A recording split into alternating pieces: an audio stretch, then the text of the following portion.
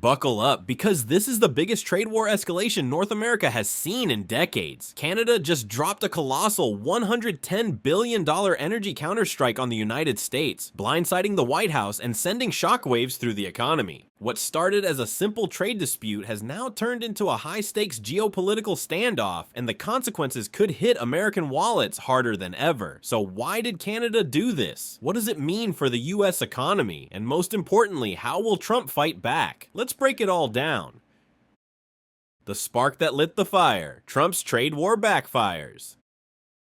For years, tensions between the US and Canada had been simmering beneath the surface. The two nations, long-standing trade partners, had their fair share of disagreements, but they always managed to find common ground, until now. In a move that caught many off guard, former President Donald Trump threw gasoline on the fire, igniting a trade conflict that would shake the foundations of North American commerce. In March, Trump announced a brutal 25% tariff on key Canadian exports, taking direct aim at industries that form the backbone of Canada's economy: steel, aluminum, lumber, and dairy. The decision sent shockwaves through the country, threatening businesses, jobs, and a trade relationship that had existed for decades. Trump defended the move, accusing Canada of exploiting trade deals and undercutting American manufacturers. He argued that US workers were being put at a disadvantage, and these tariffs were necessary to restore fairness. But from Canada's perspective, this wasn't about economic policy. It was a direct attack on its economic sovereignty. Then Prime Minister Justin Trudeau wasted no time condemning the decision. He called the tariffs reckless and a betrayal of trade partnerships, urging Washington to reconsider. But Trump remained unmoved, doubling down on his stance and refusing to backtrack. The Canadian government was left with a difficult choice: absorb the economic hit or retaliate. The consequences for Canadian industries were immediate and devastating. Steel prices soared, making it more expensive for Canadian companies to operate. Lumber exports plummeted, cutting off a major revenue stream. And worst of all, thousands of Canadian jobs were suddenly at risk. The country was facing an economic crisis, and the pressure was mounting for leaders to respond.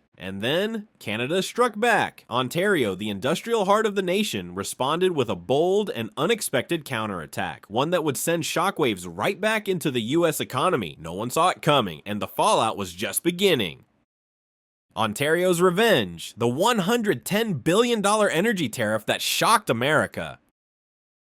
Ontario's Premier Doug Ford dropped a bombshell that sent shockwaves through the US economy. In a stunning move, Ontario announced a 25% surcharge on electricity exports to the United States, an economic counterpunch aimed directly at Trump's trade policies. Unlike traditional tariffs that target manufactured goods, this decision struck at something even more critical: energy. The financial consequences were immediate and staggering. The surcharge effectively placed a $110 billion energy tax on US states that depend heavily on Canadian electricity, including Michigan, Minnesota, and New York. These states, which import large amounts of power from Ontario's energy grid, suddenly found themselves facing skyrocketing costs with no immediate solution. The impact hit American consumers hard. Almost overnight, electricity bills in some states surged by up to $100 per month. The energy markets were thrown into chaos, with investors and policymakers scrambling to assess the damage. Grid stability became a major concern, as American officials worried about whether rising costs and potential shortages could lead to blackouts or disruptions in critical industries. Ford made it clear that Ontario wasn't stopping here. If the US retaliated, Canada was prepared to escalate even further. His warning was unmistakable: if Washington wants to escalate, we're ready to hit back even harder. The message was crystal clear. Canada was no longer playing defense. It was stepping up, taking control, and proving that it had the power to retaliate with economic force. The trade war had officially entered uncharted territory, and the US was suddenly on the back foot. The political power shift: Mark Carney's tough new strategy.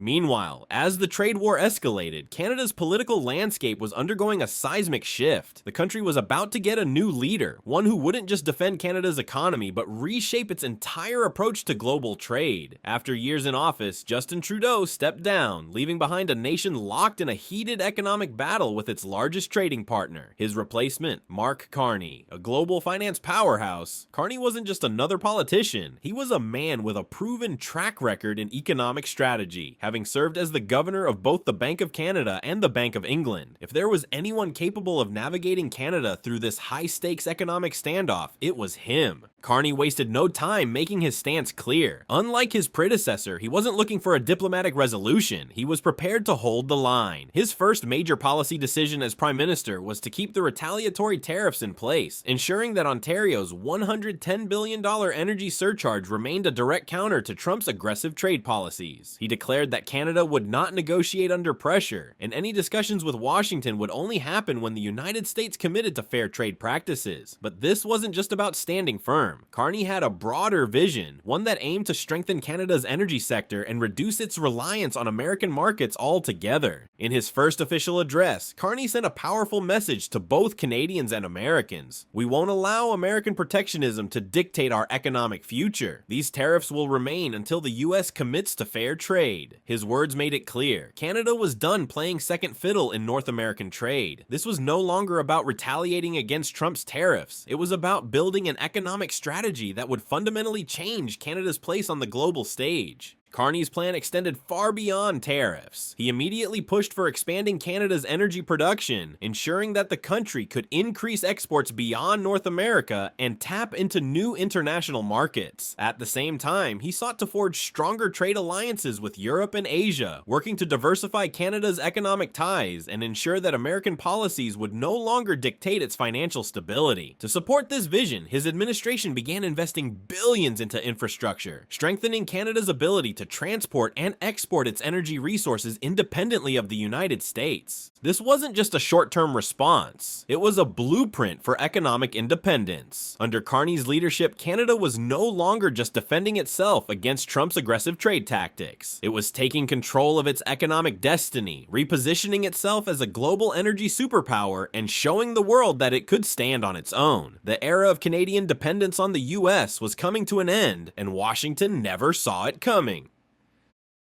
The fallout in the US, economic shockwaves, and political chaos.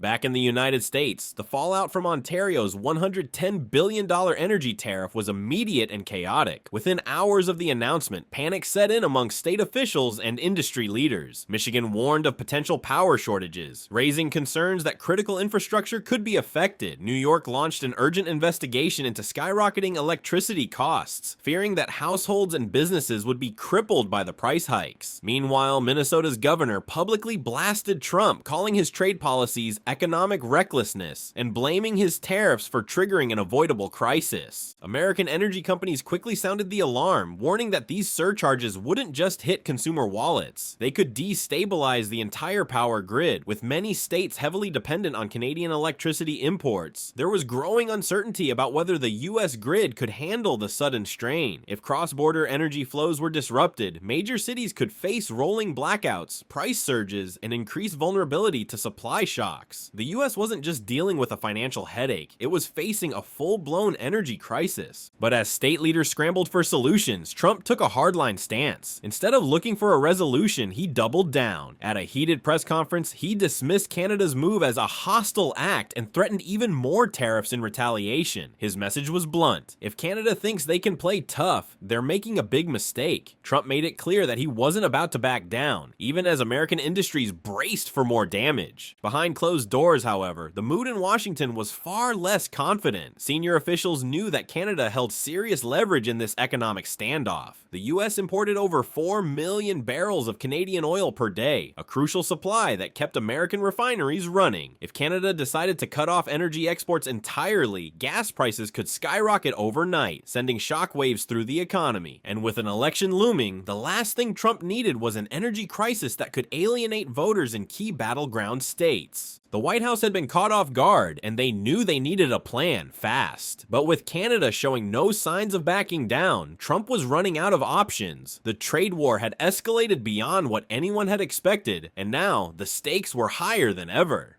But here's the kicker: Canada isn't stopping here. Canada's next move: energy leverage and global alliances.